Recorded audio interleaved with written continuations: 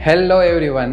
क्या आप hair transplant का प्लानिंग कर रहे हो या फिर आपका हेयर ट्रांसप्लांट हो चुका है और आप ये नहीं जानते हो कि शेडिंग फेज क्या होता है, कब वो शुरू होता है और कब वो ख़त्म होता है? तो ये वीडियो आपके लिए है। तो मैं हूँ doctor Vivek Galani, chief hair transplant surgeon at RQC hair transplant clinic, Surat, India. After doing thousands of hair transplant and implanting more than 1 million hair follicles, आज मैं आपके सामने कुछ इम्पोर्टेंट बात करने वाला हूँ जो है शेडिंग फेज के बारे में। तो देखते रहिए पूरा वीडियो। तो शेडिंग फेज एक ऐसी सिचुएशन है जो मोस्ट ऑफ द टाइम जो लोग भी हेयर ट्रांसप्लांट करवा रहे हैं उनको वो फेस करनी पड़ती है, लेकिन आपको डर तब लगता है जब आपको उसकी इन्फॉर्मेशन ना हो। आज हम वो डर हटाएंगे और इन्फॉर्मेशन इंक्रीज करेंगे हमारी कि एक्चुअली में हो क्या रहा है। अगर हम शेडिंग फेज के बारे में बात करें तो वो समझने से पहले आपको नॉर्मल हेयर साइकिल समझना बहुत ही इम्पोर्टेंट है। तो अगर हम नॉर्मल हेयर साइकिल की बात करें तो नॉर्मल हेयर साइकिल में 3 फेज होते हैं। एक होता है एनाजन, केटाजन और टीलोजन। ये तीनों फेज में से आपके जो हेयर होते हैं वो नेचुरली पास करते हैं। ये मैं नेचुरल हेयर साइकिल की बात कर रहा हूँ, जब आपने हेयर ट्रांसप्लांट करवाया हो या ना करवाया हो। जो नेचुरल हेयर साइकिल है उसमें से आपके हेयर जाने ही वाले हैं। तो सबसे पहले अगर हम बात करें एनाजन फेज की, तो ये एक सबसे लंबा फेज होता है जहाँ पर आपके जो हेयर है वो ग्रोथ करते रहते हैं और इसकी जो ड्यूरेशन होती है वो यूजुअली 2 ईयर्स से लेके 8 ईयर्स तक की रहती है। तो एक बार आपके हेयर ग्रो करना शुरू करते हैं एनाजन फेज में तो वो 2 से 8 साल तक ग्रो करते हैं। उसके बाद आपका आता है केटाजन फेज। केटाजन फेज ट्रांजिशन फेज होता है। यहाँ पर क्या होता है कि आपके जो हेयर होते हैं वो ग्रो करना बंद कर देते हैं और वो अपने जो रूट होते हैं उससे डिटैच हो जाते हैं। तो ये इसको ट्रांजिशन फेज हो रहा है कि जहाँ पर आपके हेयर ग्रोथ करना स्टॉप करते हैं और उसकी जाने की प्रोसेस शुरू होती है, उसकी गिरने की प्रोसेस शुरू हो जाती है। और उसके बाद ये जो केटाजन फेज है वो यूजुअली 2 से 3 हफ्ते तक चलता है। उसके बाद आपका आता है टीलोजन फेज।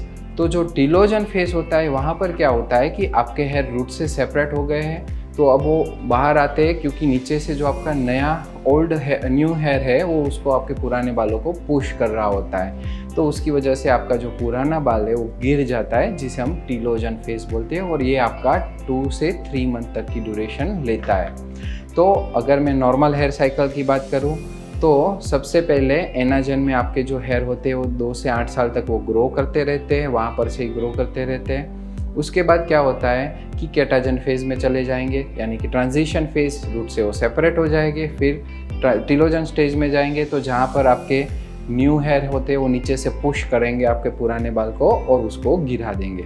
तो ये होता है आपका नॉर्मल हेयर साइकिल कि जहाँ पर डिफरेंट फेज में आपके जो हेयर फॉलिकल्स है उसको पास होना पड़ता है। अब हम बात करते हैं शेडिंग फेज की, हेयर शेडिंग की, कि वो क्यों होता है। देखिए, जो शेडिंग फेज है ना वो सिर्फ ऐसा नहीं है कि हेयर ट्रांसप्लांट जो करवा रहे हैं उनको ही आता है। आपका जो शेडिंग फेज है वो आपके बॉडी के ऊपर फिजिकल स्ट्रेस आ गया, मेंटल स्ट्रेस आ गया, आपको ऐसी कोई बीमारी होगी जैसे कोरोना।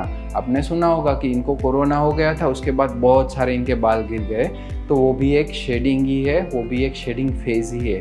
तो इसी तरह काफ़ी ऐसी जैसे डेंगू, मलेरिया, ये सारे बीमारियां ऐसी होती है जिसमें काफ़ी टाइम आप रिकवर कर रहे होते हो, तब आपको ये शेडिंग फेज से गुजरना पड़ता है। तो ये शेडिंग फेज जो हेयर ट्रांसप्लांट के बाद आता है वो इसलिए आता है क्योंकि हमने आपके जो हेयर फॉलिकल्स है वो पीछे से निकाले हैं और उसको आगे डाले हैं। तो इस वजह से उसका लोकेशन चेंज हो गया है। तो उस वजह से आपके जितने भी ग्राफ्ट इम्प्लांट किए गए हैं वो सारे स्ट्रेस फेज में चले जाते हैं, उसको टीलोजन फेज में चले जाते हैं, यानी कि वो रूट से सेपरेट हो जाते हैं और फिर वो गिरने की तैयारी शुरू करते हैं। तो आइडियली देखें तो हेयर ट्रांसप्लांट के बाद आपका जो शेडिंग फेज है वो शुरू होता है अप्रोक्सीमेटली 2 से 3 हफ्ते के बाद। ट्रांसप्लांट हो गया, आपका हेयर वॉश हो गया, उसके ट्रांसप्लांट के 2 हफ्ते के बाद आपका जो शेडिंग फेज है वो इनिशिएट होना शुरू हो जाता है। तो तब क्या होता है कि आपके रेंडमली कुछ कुछ बाल जाना शुरू हो जाएंगे, कुछ बाल जाएंगे, कुछ बाल नहीं जाएंगे। तो 2 से 3 हफ्ते के टाइम में आपका जो शेडिंग फेज़ है वो शुरू हो जाता है। अब जो शेडिंग है उसमें सारे बाल आपके टीलोजन स्टेज में चले गए, तो वो रहता है 2 से 3 महीने तक। यानी कि ट्रांसप्लांट करने के 2 से 3 हफ्ते बाद आपका शेडिंग फेज़ शुरू होता है और फिर वो रहता है अप्रोक्सीमेटली 2 से 3 महीने तक। इसका फिक्स ड्यूरेशन नहीं बता सकते क्योंकि वो डिपेंड काफ़ी अदर फैक्टर्स पे करता है, आपकी एज पे, आपकी लाइफस्टाइल पे, आपकी बॉडी फिजिकल जो आपका स्ट्रक्चर रहता है इसके ऊपर। तो वो इम्पोर्टेंट नहीं है, वो अप डाउन थोड़ा बहुत हो सकता है। बट टीलोजन फेज शेडिंग होने के बाद आपके सारे हेयर रूट्स ग्रो होने वाले हैं। तो अगर आपको डर लग रहा है कि मेरे सर्जरी के बाद अगर आपको डर लग रहा है कि मेरे सारे बाल चले गए, तो वो बिल्कुल भी नॉर्मल है। आपको बिल्कुल भी डरने की ज़रूरत नहीं है क्योंकि शेडिंग फेज़ आपको आने ही वाला है, चाहे आप वो डर के निकालो या फिर आप नॉलेज इम्प्रूव करके निकालो। So hair shedding hair transplant के बाद होना बहुत ही कॉमन है, बहुत ही रेगुलर प्रोसेस है। अगर आप उसमें से पास हो रहे हो तो बिल्कुल भी डरने की ज़रूरत नहीं है। आपको सिर्फ ये कैलकुलेट करना है कि मेरी सर्जरी हुई है उसके बाद 3 महीने हुए हैं कि नहीं हुए। अगर 3 महीने नहीं हुए तो आप बिल्कुल भी नॉर्मल हो, आपको बिल्कुल भी चिंता करने की ज़रूरत नहीं है।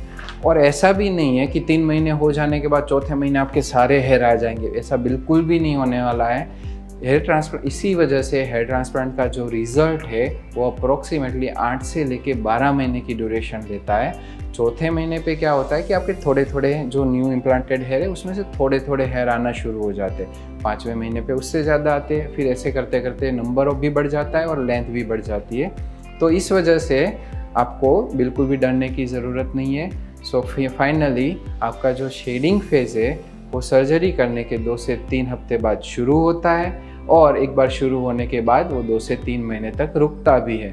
तो बिल्कुल भी ना डरे, hair shedding is very very normal after hair transplant. और एक इम्पॉर्टेंट बात आपको बताता हूँ जो आपको बहुत ही ज़्यादा रिलैक्स करेगा।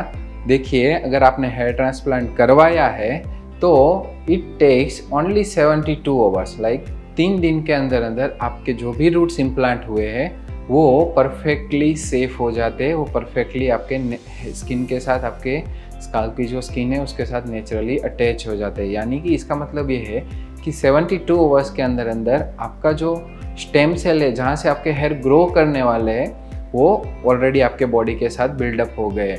अब चाहे वो हेयर गिरे या ना गिरे कोई फ़र्क नहीं पड़ने वाला है। सो शेडिंग फेज से बिल्कुल भी ना डरें क्योंकि 72 आवर्स के अंदर अंदर आपके जो इम्प्लांटेड रूट्स है वो बिल्कुल भी सेफ हो जाते हैं। दूसरी एक चीज़ आपको बताता हूँ कि usually 50 to 100 hairs per day, इतने हेयर्स नॉर्मल होते हैं। नॉर्मली आपके हेयर फॉल होने में इतनी अगर नंबर है तो बिल्कुल भी डरने की ज़रूरत नहीं है। सो 50 to 100 hairs fall per day is very very normal. मैं आपको एक और इम्पॉर्टेंट चीज़ बताता हूँ।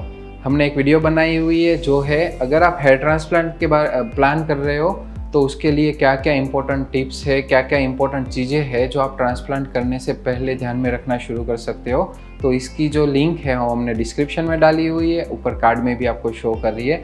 आप डेफिनेटली ये वीडियो देखें, आपको बहुत ही हेल्प करने वाला है। आई होप कि जो भी इन्फॉर्मेशन मैंने आपको दी है शेडिंग फेज़ के बारे में, अगर आप हेयर ट्रांसप्लांट करवाने वाले हो या फिर आपका ट्रांसप्लांट अभी रिसेंटली हो चुका है और आप शेडिंग फेज़ से जा रहे हो, तो आपको ये वीडियो डेफिनेटली हेल्प की होगी। I wish. अगर आपको फिर भी डाउट्स हो रहे, क्वेश्चंस हो रहे, आप कंफ्यूज हो, तो डेफिनेटली नीचे लिंक में हमारा कॉन्टेक्ट नंबर दिया गया है, व्हाट्सएप भी आप कर सकते हो। हमारी टीम आपको डेफिनेटली गाइड करेगी, हेल्प करेगी, जो भी उससे पॉसिबल होगा आपको सपोर्ट करेगी। Thank you so much for watching our videos.